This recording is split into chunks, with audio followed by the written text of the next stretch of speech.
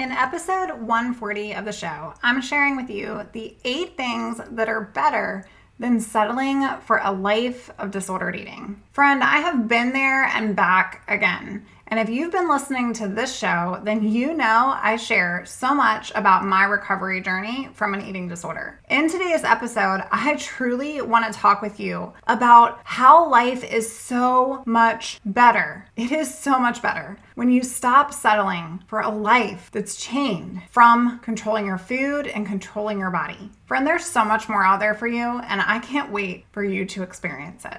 Here we go. Hey girl, welcome to the Her Best Self podcast. I'm Lindsay Nickel, former competitive figure skater and perfectionist, turned God-led imperfect boy mom and digital CEO. If you find yourself constantly thinking about food and wondering if you'll wake up one day free from the obsessive thoughts and behaviors controlling your life, then I've created this podcast for you. Because I know exactly what it's like to be a downright hot mess, trapped in a destructive cycle of disordered eating. I finally found freedom, and you can too, girlfriend. So if you're ready to heal your relationship with food and body and break the chains of control and show up in your best health, then grab your favorite Tarjay journal and let's get to it. So you can start living your best life as your best self.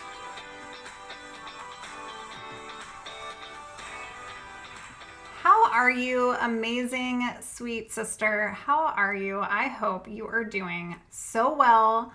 I want to give you all of the love, all of the recovery hugs. You are showing up. You are here. You are listening to how you can actually get your life from settling to living. And that's what I want to talk about today.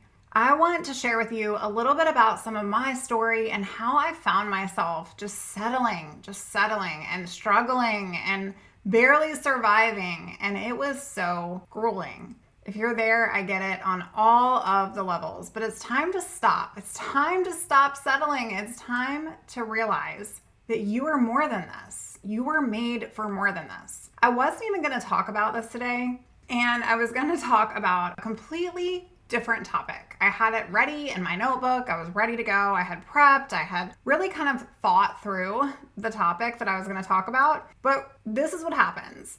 I look up, I'm reading my devotional, and in my devotional today, there was this quote, and it said, "It's possible to miss who you've been called to be because you're addicted and attached to who you've settled to be." Gosh, it hit me. It hit me so hard that I had to do a show on settling.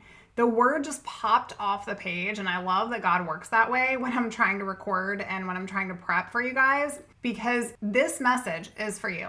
This message is for you today. There is no coincidence that you were listening to the show. This message is for you. We're just going to lay it out there. I want you to take it all in, soak it all up, maybe even grab a notebook and pen, because I'm going to be laying out 8 different things that are so much better than settling for a life of disordered eating. And I want you to stop settling. I want you to decide right now that maybe you've been addicted and maybe you've been attached to who you've settled to be. But this isn't who you're made to be. This isn't who you're created to be.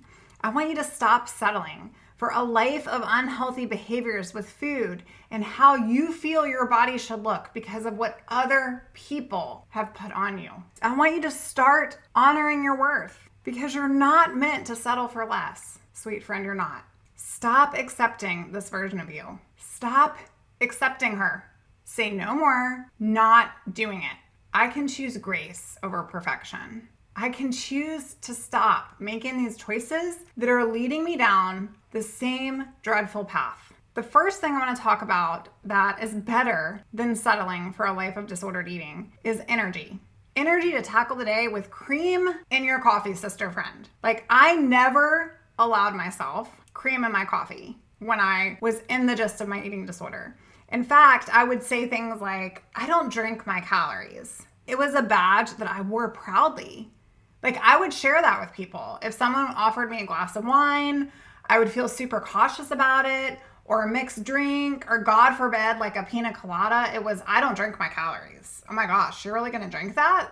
I never would have allowed myself the permission to have a frappuccino or to even have cream in my coffee. I just never allowed myself to go there. And I used all of my energy running on E, not nourishing my body, over exercising. And I will tell you that the instant I gave myself permission to heal, the day that I said, I'm not doing this anymore, was the day that I decided I was going to stop pretending like I enjoyed black coffee. I was just going to stop. I didn't. And I'll be honest, if you're a client of mine, you probably see me guzzling coffee and there's more cream in it than there is coffee. I love coffee, but I love cream in my coffee. And I was lying to myself, telling myself that I just don't drink my calories, so I wasn't allowed to have cream in my coffee. You know what's better than settling for a life of disordered eating? The energy. And not just the energy from coffee, but the energy of nourishing your body. The energy of allowing yourself to live a life of health, true health, not disordered health. Number 2 is pancake breakfasts. Okay, let me rephrase this. Carbs, and snacks on snacks. And pancake breakfasts. So when I started eating more, I realized how much I had deprived myself. My body was so hungry, and while I didn't have hunger cues, I did make a promise to myself. I made a promise that if I was gonna change my life, I had to change my routine. If I was gonna change my life, I had to change something I was doing daily. And I started small. Instead of avoiding snacks, instead of pushing off eating, instead of taking off the bun or not having carbs, I allowed myself carbs regardless what the world said. And I made sure I had snacks on snacks on snacks.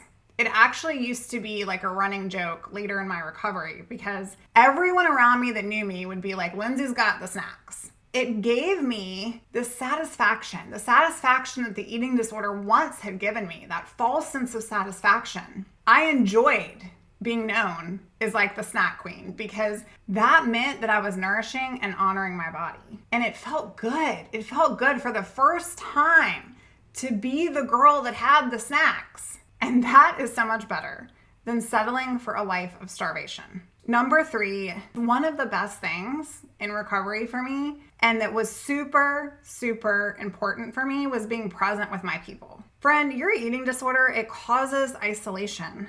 Being alone actually allowed me to go deeper into the disorder. I became so attached. As an introvert at heart, I avoided social settings out of fear of being in uncomfortable moments around food or in uncomfortable moments around people making comments about my body or other people judging me. This just created more of a bond with my eating disorder. And not to be triggering, but there's many days that I remember spending time alone with myself, journaling about how I was going to be super dedicated to my new diet or super dedicated to my new exercise routine. And I actually thought that that was healthy, but sis, it wasn't. But the isolation allowed me to go down that path. And there is nothing like being present with your people. And when you start putting yourself first and your recovery first, the people that are closest to you, they get all of it. They get it first. They realize like, wow, my mom, my friend, my sister, my wife is like whole. Like this is a different version than the version I'm used to. And it magnifies. Number 4, what is better than settling is healthy hair and youthful skin. I lived a life of thin, brassy hair, hair with stunted growth, and the fact that my cheeks had literally eaten my entire face. I had 0 collagen left, leaving me looking like I was 80. Friend, an eating disorder will age you more than laying on the beach with olive oil greased on your face, okay? I look at pictures of my old self and I look older, and that was like 15 years ago, and I just go, wow, my skin didn't have any life. As soon as you allow your body nutrients, as soon as you give your body all the good things, your body replenishes. It purifies, it cleanses itself, it heals itself. And there's this glow. I will never forget when I was coming out of my treatment and somebody said to me, you just have like this glow. Like this pregnant glow, although I know you're not pregnant, or I didn't think you were pregnant. And I'm like, oh, no. But thank you anyways. Like that didn't do enough for my recovery tummy, right? But I was learning to live in a new body. And I hear this comment of like, you just have this glow. And I will never forget. It made me feel warm. It made me feel special. It made me feel like, wow, like someone is noticing that I'm nourishing myself, and not in a way of like, you look so healthy, but in a glow. and it felt good. Girl, you deserve the glow. Number 5, saying yes to people and yes to things. I will tell you, there is nothing better like eating ice cream with my kids just because, or dinner with my friends just because, or having celebrations, events, and parties without avoiding them. In doing these things, it allowed me to get out of my routine and embrace my freedom from all of the rigid rules that I had created in my life. This disorder creates so many rigid rules. And if you've been living with rules, it's time to break up with them. Stop settling for a life of rules and start saying yes to people and things. Number 6 is intimacy with my husband. And I won't go into all the good details because you might have some little ears around you, so we will keep this total PG. But when you are in the midst of an eating disorder, you have zero libido, okay? I was too tired to wash my hair, much less to enjoy adult fun.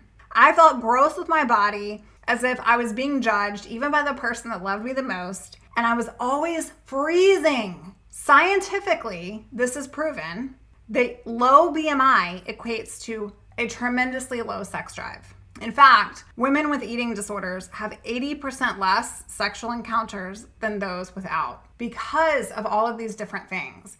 Your distortion with your body, your lack of energy and desire, your hormones, like everything is out of whack because there's no nutrition going into your body. Sis, this one is big. This one is better than settling for a life of disordered eating. Get that spice back in your life. And if you don't have a spouse or a partner, that's okay too. Getting yourself to a healthy place will get you to a healthier you.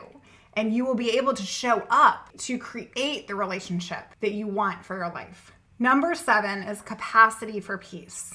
The mental ability to get out of my own way. It no longer allowed the eating disorder to control my every thought. When I started nourishing and honoring and going against those rules, I had a capacity for peace. I started questioning. I got really aware, like hyper aware of, is that my eating disorder voice or is that me? When I started reframing and thinking and truly accepting that I had the power to change this, I had the power at that point to then get out of my own way. Sis, you have the power to get out of your own way. You can no longer allow your eating disorder to control your every thought. Cancel it out, delete, backspace the thought, and keep moving forward with a new thought you want to think. And last but not least, one of the best things that is better than settling for a life of disordered eating is no longer being chained to metrics. I can take a walk without steps.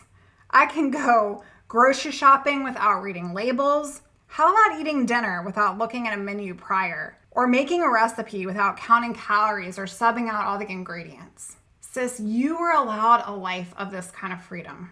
Look around you. Are you settling for a life of disordered eating? Is your eating disorder in the driver's seat of your life? If you aren't living up to what you want for you, then as hard as it is to admit, this is settling. I was the princess of settling. I had settled for life. I had thrived and created a life of so much high performance that I had settled in the things that were the most important to me. I had settled, and I felt like it was as good as it was gonna get. I had settled in my relationships, settled into my disorder, and I had settled for crumbs. But settling for crumbs doesn't keep you fed. It keeps you starving. I was settling for starving. I felt broken because every time I settled, I compromised a little piece of me. Do you know at any given second, you have the power to say, this is not the life that I want? Do you know at any given second, you have the power to stop settling for good enough? So where are you settling? Today, I want you to make your list. Make your list just like I had shared with you some of mine. And then after you get this out, I want you to respond as if you would respond to your best friend if she shared this list with you. Are you settling? Are you living? Are you truly missing on who you've been called to be because you're addicted and attached to who you've settled to be? According to the certainty effect, we prefer 100% certainty of something even when it does not provide benefit to us. Researchers Stravinsky and Kamen found people would rather choose the option of a guaranteed gain of $30 over an 80% chance of 45. The truth is that our brain is constantly searching for comfort, for certainty. But sis, there's no such thing as full certainty. The only certainty that I know to be true is that we are certain to miss the opportunities that we don't act on or the choices that we never decide to make. Look around you. If you're settling for a life of unhealthy behaviors and patterns with food, a life of the mind drain game because of all of the conversation that happens in between your ears, I want you to know you're not alone and you don't have to live like this. So write your list on where you're settling and decide today it's time to settle no more. Friend, I hope that this message has hit you. It truly came into my spirit today. I had to talk about it. I had to get this out. I don't want you to settle for a life. I want you to create the very best version of your life, the very best version of you. If you need help and support, if you're struggling to put one foot in front of the other, if you're struggling of what that even means to you or what that looks like, but you just know that there is power inside of you that does not want to settle for this because you believe that you have a purpose that's greater than where you are right now, then I want to invite you in to my one-on-one coaching container. I would love to help support you as a client. I would love to walk with you through this journey. If you're tired of settling in this disorder, then choose today to put yourself first and do something differently. You can find more on how we can partner together out at herbestself.co. And I want you to come on out to our private Facebook society. You can find us at herbestselfsociety.com. I'll talk to you on Thursday, sis. Bye for now. Oh, friend, thank you so much for letting me share what was on my heart today. My hope for this podcast is to help more women find freedom from food and body. If this has empowered or blessed you, let me know. I'd be honored for your rating and review of my show, and I'd love to connect with you in my private Facebook community. You really can move from perfection to purpose. Let's break the chains together. I'll help navigate the way. Until next time, bye for now, girl.